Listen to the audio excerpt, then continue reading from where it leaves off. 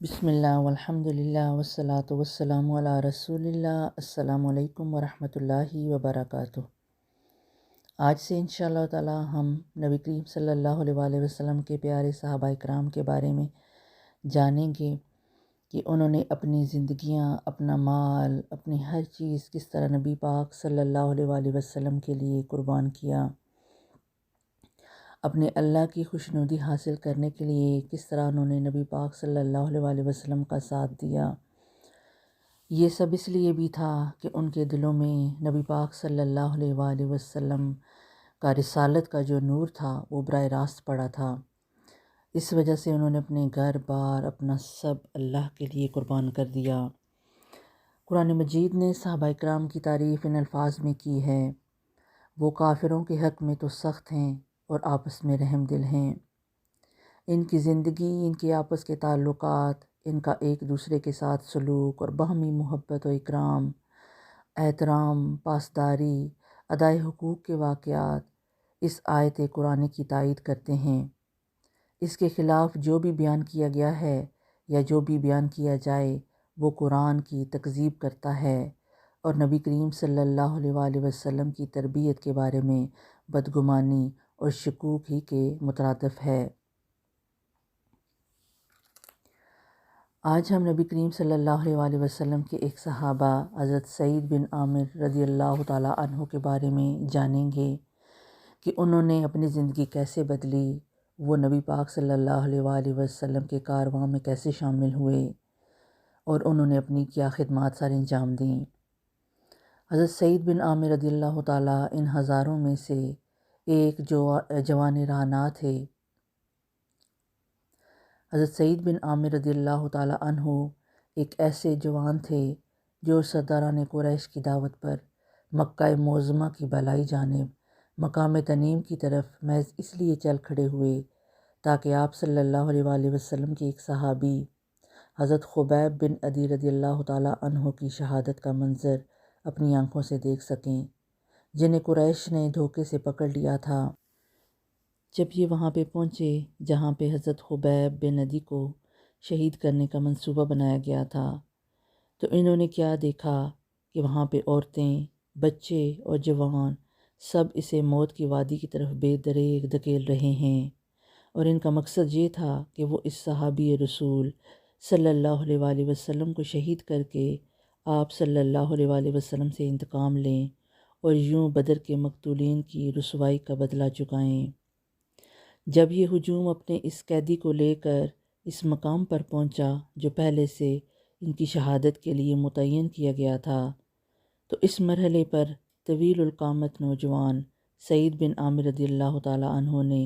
حضرت خبیب رضی اللہ تعالیٰ عنہ کی طرف نظر دوڑائی۔ سرداران قریش اسے کشاں کشاں تختہ دار کی طرف لے جا رہے تھے۔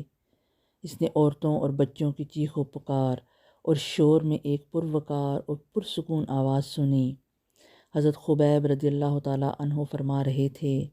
اگر تمہارے لیے ممکن ہو تو مجھے مرنے سے پہلے 2 رکعت نماز پڑھ لینے کی مہلت دو۔ پھر سعید بن عامر رضی اللہ تعالیٰ عنہ نے دیکھا کہ حضرت خبیب رضی اللہ تعالیٰ عنہ کعبہ رخ کھڑے ہو کر 2 رکعت نماز پڑھ رہے ہیں۔ یہ 2 رکعتیں کیسی تھیں، اتنی حسین، اتنی مکمل کہ کیا کہنے۔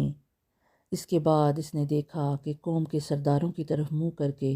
حضرت خبیب رضی اللہ تعالیٰ عنہ کہہ رہے ہیں: باخدا اگر مجھے اس بدگمانی کا اندیشہ نہ ہوتا کہ تم کہیں یہ نہ سمجھ بیٹھو کہ میں نے نماز کو موت کے ڈر سے طوالت دی ہے تو میں نماز اور زیادہ وقت میں ادا کرتا۔ پھر اس نے قریش کو اپنی آنکھوں سے دیکھا، وہ حضرت خبیب کا زندہ حالت میں مسئلہ کر رہے تھے، یعنی یہ لوگ ان کے جسم کو ایک ایک عضو کو کاٹ رہے تھے اور کہہ رہے تھے: کیا تمہیں یہ پسند نہیں ہے کہ تمہاری جگہ حضرت محمد صلی اللہ علیہ وآلہ وسلم ہوں اور تم اس تکلیف سے بچ جاؤ؟ ان کا اس حالت میں خون کے دھارے جسم سے پھوٹ رہے تھے۔ جواب یہ تھا: خدا کی قسم مجھے یہ قطعاً پسند نہیں کہ میں اپنے اہل و عیال میں امن اور چین سے رہوں اور حضرت محمد صلی اللہ علیہ وآلہ وسلم کو ایک کانٹا بھی چبھے۔ سبحان اللہ۔ پھر حضرت سعید بن عامر رضی اللہ تعالیٰ عنہ نے دیکھا کہ لوگ فضا میں ہاتھ ہلا ہلا کر بآواز بلند کہہ رہے ہیں، اسے مار ڈالو، اسے مار ڈالو۔ اس کے بعد انہوں نے حضرت خبیب رضی اللہ تعالیٰ عنہ کو دیکھا کہ وہ تختہ دار پر اپنی نظریں آسمان کی طرف اٹھائے ہوئے اللہ تعالیٰ سے یہ التجا کر رہے ہیں، الہی ان سب ظالموں کو شمار کر لے اور انہیں تباہی کا مزہ چکھا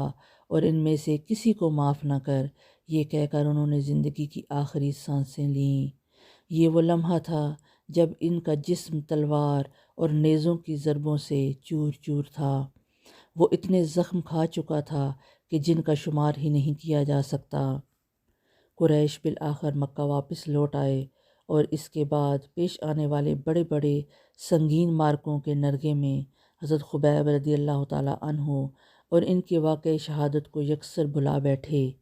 لیکن ایک نوجوان سعید بن عامر رضی اللہ تعالیٰ عنہ کے پردہ دل سے ایک لمحہ کے لیے بھی حضرت خبیب کی شہادت کا منظر محو نہ ہوا۔ چنانچہ جب بھی یہ سوتے خواب میں یہ منظر برابر دکھائی دیتا اور بیدار ہوتے تو چشم خیال میں یوں محسوس ہوتا جیسے تختہ دار کے آگے حضرت خبیب رضی اللہ تعالیٰ عنہ پورے اطمینان کے ساتھ 2 رکعت نماز ادا کر رہے ہیں۔ یہی نہیں بلکہ ان کی پرزور آواز جسے ان کے کانوں میں گھوم رہی ہے اور وہ قریش کے خلاف بد دعا میں مصروف ہیں،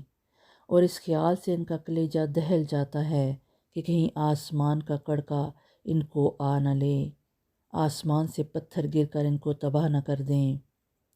حضرت خبیب رضی اللہ تعالیٰ عنہ نے جام شہادت نوش کر کے جناب سعید رضی اللہ تعالیٰ عنہ کو وہ کچھ سکھا دیا جس کا انہیں قطعی علم نہ تھا۔ انہیں سکھایا کہ حقیقی زندگی عقیدہ اور عقیدے کی راہ میں تادم آخر مسلسل جہاد کرنے کا نام ہے۔ دوسری بات جو اس واقعے سے انہوں نے سیکھی وہ یہ تھی کہ پختہ اور محکم ایمان ایسے عجیب و غریب کردار کو جنم دے سکتا ہے جو عام حالات میں ظہور پذیر نہیں ہوتے۔ اس کے علاوہ انہیں اس حقیقت کا بھی احساس ہوا کہ وہ شخص جسے ان کے رفقا اور ان کے ساتھی اس درجے تک محبت رکھتے ہیں کہ ان پر جان نچھاور کر دیں،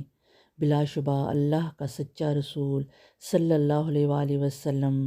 بے شک اپنے وعدوں میں اور اپنے قول میں سچے ہیں، جن کی تائید کے سامان آسمان کی طرف سے مہیا ہوتے ہیں۔ یہ سوچنا تھا کہ اللہ سبحانہ و تعالیٰ نے سعید بن عامر رضی اللہ تعالیٰ عنہ کا سینہ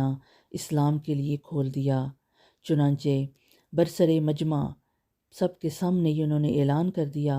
میں بت پرستوں کی آلاشوں سے پاک ہو کر بے اختیار بتوں سے منہ موڑ کر ایک اللہ کے آگے سر تسلیم خم کرتا ہوں، میں آج سے مسلمان ہوں۔ سبحان اللہ۔ ایک ایسا واقعہ جسے قریش اپنے لیے فتح کا تصور کر رہے تھے کہ انہوں نے ایک چیز کو فتح کر لیا یا انہوں نے ایک کارنامہ سر انجام دیا، لیکن اس بات سے ایک انسان کی زندگی بدل گئی، ایک انسان کا عقیدہ بدل گیا، ایک انسان اپنے اس دنیا کے ہر ایک کام کو چھوڑ کر اپنے اللہ کے لیے مختص ہو گیا۔ سبحان اللہ و بحمدہ۔